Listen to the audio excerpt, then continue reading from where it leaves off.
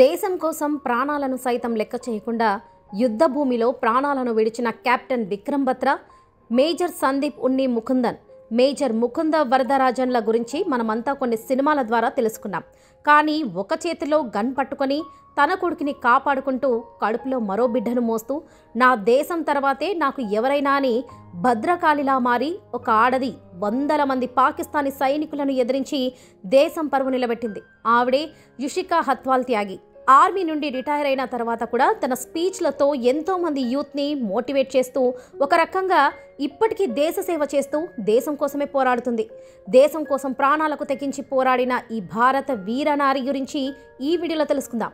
దేశభక్తి ఉన్న ప్రతి ఒక్కళ్ళు జై హింద్ అని కామెంట్ చేసి ఈ వీడియోని చివరి వరకు చూడండి.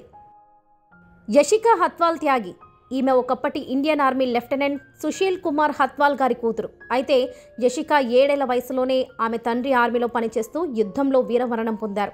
అయితే ఇప్పటికీ ఆమె తండ్రి శవపెటిక తప్ప ఆయన ముఖం కూడా గుర్తులేదు. తండ్రి చేసిన త్యాగం, ఆయన వేసుకున్న ఇండియన్ ఆర్మీ యూనిఫామ్ యషికాను చిన్నప్పటి నుండే ఆర్మీ అంటే ఇష్టం పెరిగేలా చేశాయి. ఇక యషిక తల్లి చిన్న వయసులోనే భర్తను కోల్పోవడంతో తన 3 ఆడపిల్లలను పెంచేందుకు ఆమె మళ్ళీ 33 ఏళ్ల వయసులో చదువుకోవాల్సి వచ్చింది. దాంతో 2 ఏళ్లలో టీచర్ ట్రైనింగ్ కోర్స్ పూర్తి చేసి ఒక ఉద్యోగం సంపాదించింది. ఇక తన తండ్రి దేశం కోసం చేసిన త్యాగం, తన తల్లికి పిల్లల జీవితం మీద ఉన్న ఆలోచనలు యషికాకు చిన్నప్పటి నుండే కష్టపడే తత్వాన్ని తీసుకొచ్చాయి. అలా తన అక్క చెల్లెలతో కలిసి చదువుకుంటూ ఎప్పుడెప్పుడు ఆర్మీలో జాయిన్ అయి దేశానికి సేవ చేయాలనే కలలు కనేది. అలా ఆమె డిగ్రీ చదువుకుంటున్న టైంలో ఆమెకు ఆర్మీలో పనిచేస్తున్న కెప్టెన్ సంజీవ్ త్యాగి అనే వ్యక్తి పరిచయం అయ్యారు. దాంతో వాళ్ళ పరిచయం కొంతకాలానికే ప్రేమగా మారింది. కానీ ఏ రోజు ఆమె తన ఆశయాన్ని మాత్రం మర్చిపోలేదు. అయితే యషిక తన తండ్రిలాగే ఆర్మీలో చేరాలని ఎంత ట్రై చేసినా అప్పటికి మహిళలకు ఆర్మీలో చోటు లేకపోవడంతో ఆమె ఐపీఎస్ అవ్వాలనుకొని యషిక ఆ దిశగా ప్రిపరేషన్ కూడా స్టార్ట్ చేసింది. ఈ టైంలోనే మహిళలను షార్ట్ సర్వీస్ కమిషన్లోకి తీసుకుంటున్నారంటూ సెంట్రల్ గవర్నమెంట్ ఒక ప్రకటన చేసింది. దాంతో యషిక ఎస్ఎస్బి పరీక్ష రాసి పాస్ అయింది. ఈ విషయంలో సంజయ్ యషికను సపోర్ట్ చేశారు. ఇక ఆ తర్వాత ట్రైనింగ్లు కూడా సక్సెస్ఫుల్గా పూర్తి చేసి యషిక కెప్టెన్ యషిక అయింది. దాంతో కొన్ని రోజులకే ఆమె కెప్టెన్ త్యాగిని పెళ్లి చేసుకున్నారు. అయితే ఇక్కడితో ఆమె జీవితం పూర్తి కాలేదు. ఆమెకు అసలైన పరీక్ష ఇప్పుడే మొదలైంది. పెళ్ళైన ఏడాదికే ఆమెకు ఒక అబ్బాయి పుట్టాడు. అతని పేరు కన్హవ్. ఇక యషిక అప్పటి నుండి ఒకవైపు బిడ్డ, మరోవైపు ఆర్మీ డ్యూటీ అని రెండింటిని బ్యాలెన్స్ చేస్తూ వచ్చింది. ఇక తల్లి అయినా సరే ఆర్మీలో ఎమోషన్స్కు వాల్యూ ఉండదు. ఒక్క నిమిషం ఆలస్యమైనా సరే అది క్రమశిక్షణ ఉల్లంఘన కిందే ఆర్మీ భావిస్తుంది. దాంతో యషిక తన కొడుకుని ఇంటి దగ్గరే వదిలేసి వెళ్ళేవారు. అలా తన కొడుకు కోసం రాత్రి నిద్రను కూడా తగ్గించుకొని కొడుకు కోసం ఉదయం అన్ని ఏర్పాట్లు చేసేవారు ఆమె. మరోవైపు యషిక భర్త సంజయ్ కూడా తన పనిలో చాలా బిజీగా ఉండేవారు. దాంతో యషిక కొడుకుతో ఆడుకోవాలని ఉదయం 4 గంటలకే నిద్ర లేచేవారు. అలా తనతో ఆడుకొని స్నానం చేయించి ముద్దు చేసి తన తల్లికి అప్పగించి వెళ్ళేవారు యషిక. ఆర్మీ డ్యూటీ అంటే డ్యూటీయే. సాధారణంగా స్కూల్ టీచర్లైనా భార్యాభర్తలకు ఒక చోట ఉద్యోగం దొరకకపోతే ఎంతో బాధపడతారు. ఇంకొంతమంది అయితే ఏదో కొంపలు మునిగినట్లు అల్లాడిపోతారు. ఇలాంటి వారందరికీ ఈ daring army lady officer Yashika మాత్రమే కాదు, మహిళా సైనికాధికారులంతా ఆదర్శంగా నిలుస్తారు. ఇక 1997లో కెప్టెన్ యషికాకు అత్యంత చల్లటి ప్రాంతమైన లేహ్లో పోస్టింగ్ పడింది. దాంతో అత్యంత శీతల ప్రాంతమైన లేహ్లో విధులు నిర్వహించిన మొదటి మహిళా కెప్టెన్గా ఆమె రికార్డు కూడా క్రియేట్ చేశారు. అయితే ఆమె మొదట అక్కడ ఆక్సిజన్ అందక చాలా ఇబ్బందులు పడేది. కానీ నెల రోజుల తర్వాత ఆమె కఠోరమైన శిక్షణతో రాటుదేలి తన బిడ్డను కూడా తన వీపున ఎక్కించుకొని చేతిలో AK-47తో విధులు నిర్వహించారు కెప్టెన్ యషిక. అలా అక్కడున్న పరిస్థితులకు ఏమాత్రం భయపడకుండా ఏడాది పాటు తన బిడ్డతో అక్కడే యషిక ఉన్నారు. ఇక ఎప్పుడైనా ఇబ్బంది ఉంది అనుకుంటే తన బిడ్డను పక్కనే ఉన్న ఇతర ఆఫీసర్ల భార్యలకు ఇచ్చే వెళ్ళేవారు. కన్న కొడుకు కన్నా తన దేశమే ముఖ్యమనే విధంగా ఆమె డ్యూటీ చేసేది. దాంతో ఉద్యోగంలో చేరగానే సరిపోదు, అందుకు దమ్ము ధైర్యం ఉండాలంటూ అందరూ యషికను ఆదర్శంగా తీసుకునేవారు.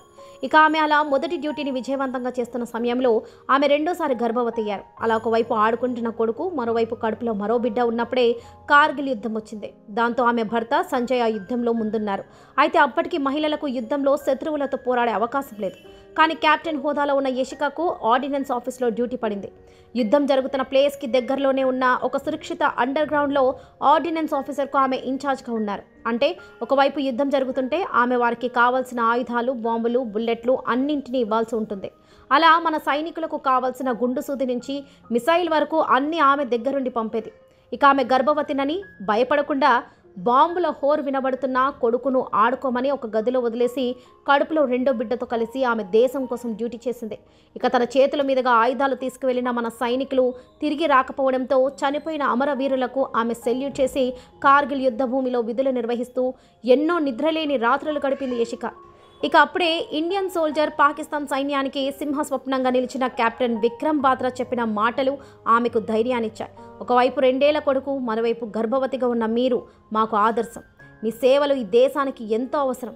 ఆడవాళ్ళు ఎందులోనూ తక్కువ కాదు అని మీరు నిరూపించారు.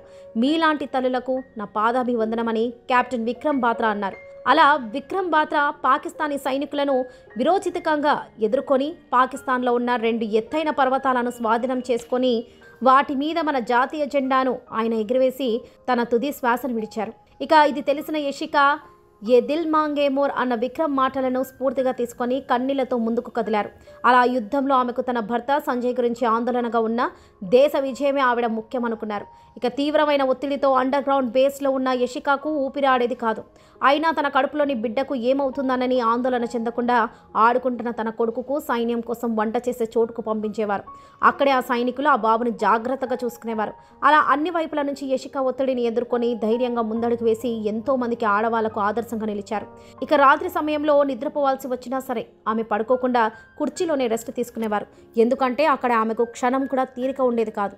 ఆయుధాలు సప్లై చేయాల్సిన బాధ్యత ఆమెదే కాబట్టి ఏవైనా తక్కువ పడితే ఆర్మీ యూనిట్కి ఆమెనే వారం ముందే చెప్పాల్సి ఉంటుంది. దాంతో ఆమె ప్రతి ఒక్క ఆయుధం గురించి రాసుకుంటూ అందరికీ రేడియో ద్వారా కాల్ చేస్తూ ప్రతి వార్ జోన్కు ఆయుధాలను పంపేది.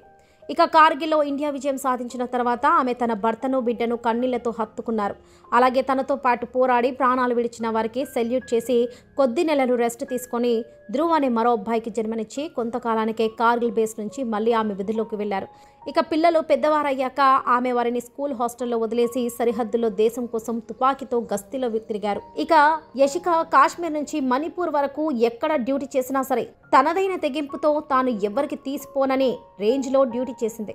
అయితే ఆమెది షార్ట్ సర్వీస్ రిక్రూట్మెంట్ కావడంతో ఆమె త్వరగానే రిటైర్ అయిపోయారు. ఇక ఆమె పెద్ద కొడుకు వ్యాపారం చేస్తుండగా చిన్న కొడుకు లాయర్గా పనిచేస్తున్నారు. దేశంలోని మహిళలకే ఆదర్శంగా నిలిచిన యశిక ఇప్పుడు మోటివేషనల్ స్పీకర్గా అనేక ప్రసంగాలు ఇస్తూ ఆడవాళ్ళు ఎందులోనూ తక్కువ కాదు, మీ ఆలోచనలకు పదును పెట్టి వాటిని అమల్లో పెడితే మీకు తిరుగుండదు, దాంతో మనల్ని ఎవ్వరూ ఆపలేరు. ఇక మీరు ఎక్కడ పుట్టారు, ఏం చేసేవారన్నది కాదు, ఎక్కడ గెలిచారన్నదే ముఖ్యం. కష్టాలు ఉంటేనే విజయాలు వస్తాయి. అలాంటి కష్టాలను ఎదిరించి ఆడపిల్లలు ముందడుగు వేస్తేనే కుటుంబం, దేశం బాగుంటుందని ఆమె చెబుతారు. ఇలా యశిక ఇన్స్పిరేషనల్ మోటివేషనల్ స్పీకర్గా ఇప్పుడు ఎంతో మందికి స్ఫూర్తినిస్తున్నారు. జీవితంలో ఎన్ని కష్టాలు పడి దేశ సేవ కోసం తన కుటుంబాన్ని కూడా పక్కన పెట్టిన యశిక హత్వాల్ త్యాగి గారికి సెల్యూట్ చేస్తూ ఈ వీడియోని ముగిస్తున్నాను. సో ఇది ఫ్రెండ్స్, ఈ వీడియో కనుక మీకు నచ్చినట్లయితే ఒక లైక్ చేసి ఇలాంటి మరెన్నో వీడియోస్ కోసం మా ఛానల్ని సబ్స్క్రైబ్ చేసుకోండి.